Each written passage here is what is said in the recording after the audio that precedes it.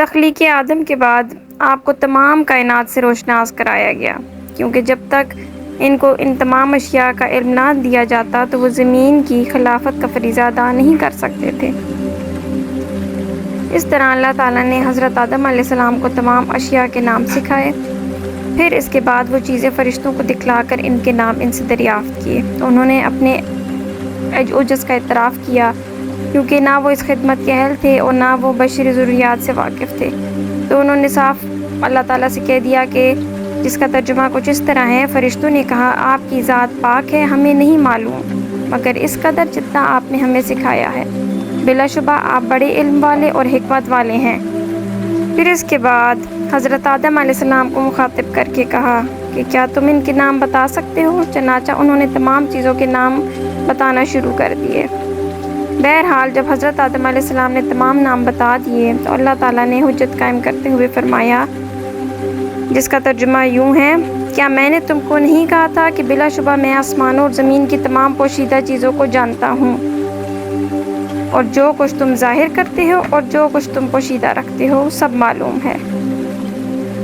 پھر حضرت آدم علیہ السلام کی اس برتری کے بعد فرشتوں کو حکم دیا کہ آدم کو سجدہ کرے، جیسا کہ ارشاد ہے، اور جب کہا ہم نے فرشتوں کو کہ سجدہ کرو واسطے آدم کے، پس سجدہ کیا سب فرشتوں نے مگر شیطان نے انکار کیا اور تکبر کیا اور تھا کافروں سے۔ یعنی یہاں بات آ جاتی ہے شیطان کے غرور کی۔ تمام ملائکہ نے اللہ تعالیٰ کے کہنے پر حضرت آدم علیہ السلام کو سجدہ کیا سوائے شیطان کے۔ سب سے پہلے حضرت اسرافیل نے سجدہ کیا۔ پھر اللہ تعالیٰ نے کہا، اے ابلیس، تو نے سجدہ کیوں نہ کیا جبکہ میں نے حکم دیا ہے؟ جیسا کہ فرمان ہوا ہے، ترجمہ ہے کچھ اس طرح، کس نے منع کیا تجھ کو جب حکم دیا تھا میں نے؟ کہا شیطان نے، میں آدم سے بہتر ہوں، مجھے پیدا کیا گیا آگ سے اور اس کو پیدا کیا کیچڑ سے۔ یعنی ادھر شیطان نے کیا کیا؟ غرور کیا۔ اس نے کہا کہ میں آدم سے بہتر ہوں، کہ اس کو آپ نے کیچڑ سے پیدا کیا ہے اور مجھے تو آگ سے پیدا کیا گیا ہے، تو میں اس کو کیوں سجدہ کروں؟ یعنی میں اس سے بڑا بھی ہوں اور بڑی عمر والا بھی ہوں اور قوی بھی ہوں اور مضبوط بھی ہوں۔ آگ مٹی سے قوی ہوتی ہے۔ اور دوسرے مقام پر ہے جس کا ترجمہ ہے، تھا شیطان جنوں میں، پس اس نے اپنے رب کی نافرمانی کی۔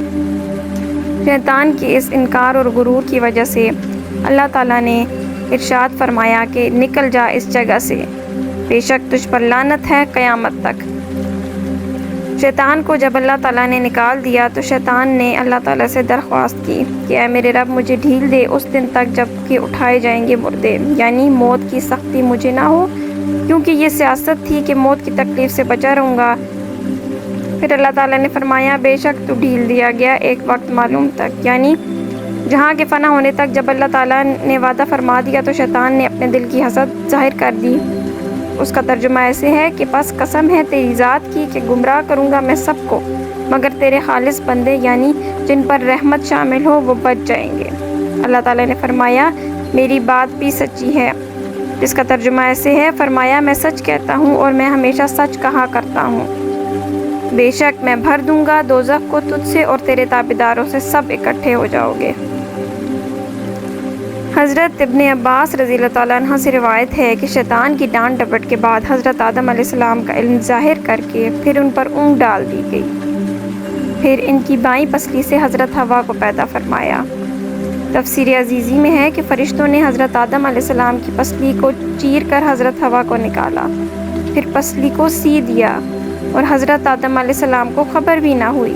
جب حضرت آدم علیہ السلام نے آنکھ کھولی تو اپنے خون اور گوشت کی وجہ سے انس اور محبت پیدا ہو گئی۔ پھر اللہ تعالیٰ کے حکم سے فرشتوں نے حضرت آدم علیہ السلام سے جناب سرور عالم صلی اللہ علیہ وآلہ وسلم پر 10 دفعہ درود شریف پڑھوایا۔ سبحان اللہ، یعنی حضرت آدم علیہ السلام کی جب پیدائش ہوئی وہ پہلے انسان تھے حضرت آدم علیہ السلام، اور ہمارے نبی صلی اللہ علیہ وآلہ وسلم آخری نبی، لیکن اس وقت بھی ان پر درود پڑھوایا گیا۔ اور یہ درود کیوں پڑھوایا گیا کہ حضرت حوا کو حضرت آدم کے نکاح میں دے دیا تھا، اور یہ درود بی بی حوا کے مہر میں پڑھایا گیا تھا۔ یہ حضرت آدم علیہ السلام کی دوسری بزرگی بیان ہوتی ہے۔ فرشتوں سے سجدہ کرانے کے بعد بی بی حوا کو پیدا فرمایا، پھر رہائش کے واسطے جنت میں رہنے کا حکم دیا۔ چنانچہ ارشاد باری تعالیٰ ہے جس کا ترجمہ ہے، اور کہا ہم نے اے آدم تم اور تمہاری بیوی جنت میں رہو اور جہاں سے چاہو بافراغت کھاؤ اور اس ایک درخت کے قریب بھی نہ جانا ورنہ تم ظالموں میں سے ہو جاؤ گے۔ اب یہاں حضرت آدم علیہ السلام کا امتحان تھا۔ اللہ تعالیٰ نے انہیں جنت میں بھیج دیا لیکن ساتھ ان کو ایک درخت کے قریب نہ جانے کا حکم دے دیا کہ اس کے قریب نہ جانا ورنہ تم ظالموں میں سے ہو جاؤ گے۔ اے آدم اس وقت تم پر بڑی مہربانی ہوئی ہے لیکن تمہاری یہ جو حیات ہے اور یہ شاہانہ زندگی ہے یہ ہمیشہ نہیں رہے گی، تمہیں موت آ جائے گی۔ لو میں تمہیں اس باغ کا ایک ایسا درخت بتاتا ہوں جس کے کھانے سے ہمیشہ جیتے رہو گے اور بے زوال سلطنت ملے گی۔ اس جنت کا نام شجرۃ الخلد ہے، یعنی شیطان نے حضرت آدم کو اسی درخت سے بہکایا جس سے اللہ تعالیٰ نے انہیں منع فرما دیا تھا۔ اور تفسیر عزیزی میں ہے کہ شیطان حضرت آدم اور بی بی حوا کے روبرو گیا اور کہا تم جانتے ہو کہ تمہارا کیا انجام ہوگا، اس تعظیم و تکریم پر فریفتہ مت ہو جاؤ، آخر تمہارے واسطے موت ہے۔ حضرت آدم نے فرمایا موت کیا چیز ہے؟ پھر شیطان نے اپنے آپ کو مرنے والے جانور کی شکل بنا کر آدم اور بی بی حوا کے سامنے لیٹا، جس طرح کے مرنے والے کی روح نکلتی ہے ویسی حالت بنا کر غر غر کرنے لگا اور ہاتھ پاؤں مارنے لگا، اس حالت میں جیسا کہ روح نکلتی ہے نا۔ تو اس حالت میں حضرت دیکھ کر حضرت آدم اور بیوی حوا کے دل میں خوف پیدا ہو گیا۔ پھر شیطان نے کہا اس حالت سے محفوظ رہنے کے واسطے ہی میں یہ بات بتا رہا ہوں کہ اس درخت کا میوہ جا کے کھا لو، تم پر موت نہیں آئے گی۔ پھر شیطان نے حضرت آدم اور بیوی حوا سے کہا کہ تمہارے رب نے تمہیں اس درخت سے منع کیا ہے، اگر تم اس کا میوہ کھاؤ تو تم دونوں فرشتے بن جاؤ گے یا تم دائمی جنت میں رہنے والے ہو جاؤ گے، جیسا کہ فرمان باری تعالیٰ ہے۔ اس کا ترجمہ یوں ہے مگر رکنے کی وجہ یہ ہے یا تم دونوں فرشتے بن جاؤ گے یا ہمیشہ جنت میں رہنے والے بن جاؤ گے جو دائمی سلطنت ہے۔ آدم علیہ السلام نے پھر بھی درخت کا میوہ کھانے سے انکار کر دیا۔ پھر شیطان نے قسم کھائی کہ میں تمہارا خیر خواہ ہوں، جیسا کہ اللہ تعالیٰ کا ارشاد ہوا، اور قسم کھائی ان دونوں کے روبرو کہ بے شک میں تمہارا خیر خواہ ہوں، پس فریب سے ان کو نکال لیا۔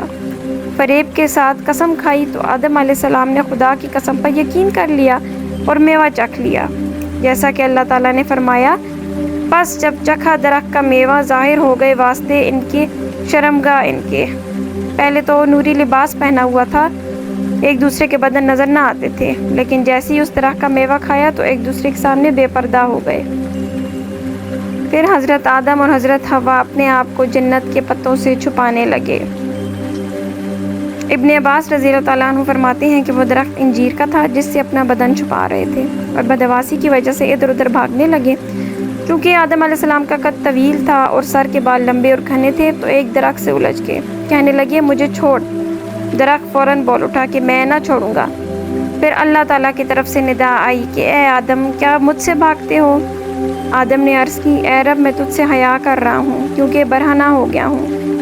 اللہ تعالیٰ نے ارشاد فرمایا اے آدم میں نے تم کو جنت بخش دی تھی، صرف ایک درخت سے منع کیا تھا۔ آدم نے عرض کی اے رب تیری عزت کی قسم، میرے تو گمان میں بھی یہ بات نہ آ سکتی تھی کہ تیری قسم کھا کر بھی کوئی جھوٹ بولے۔ خداوند کریم نے فرمایا اب میں تم کو زمین پر اتاروں گا، جیسا کہ اللہ تعالیٰ نے ارشاد فرمایا کہہ دیا ہم نے اتر جاؤ زمین میں، وہاں ٹھہرو ایک وقت تک یعنی موت تک۔ حضرت آدم علیہ السلام کو ہندوستان کے شہر دہنا میں اتارا گیا اور حضرت حوا کو جدہ میں، اور ابلیس بصرہ سے چند میل کے فاصلے پر سیستان میں پھینکا گیا۔ حضرت آدم علیہ السلام 200 برس اپنی توبہ کے فکر و غم میں رہے اور گریہ اور زاری کرتے رہے۔ ایک دن کف دست اپنی پیشانی پر رکھ کر اور سر زانوؤں پر رکھ کر رو رہے تھے کہ حضرت جبرائیل آ گئے۔ حضرت آدم کی گریہ و زاری دیکھ کر وہ بھی رونے لگے۔ حضرت آدم نے کہا کہ اس قدر کیوں رو رہے ہو؟ آدم نے کہا آسمان کی بلندی سے مجھے زمین کی پستی میں ڈال دیا گیا ہے۔ پھر حضرت جبرائیل نے اللہ کے دربار میں حضرت آدم کی فریاد پہنچائی۔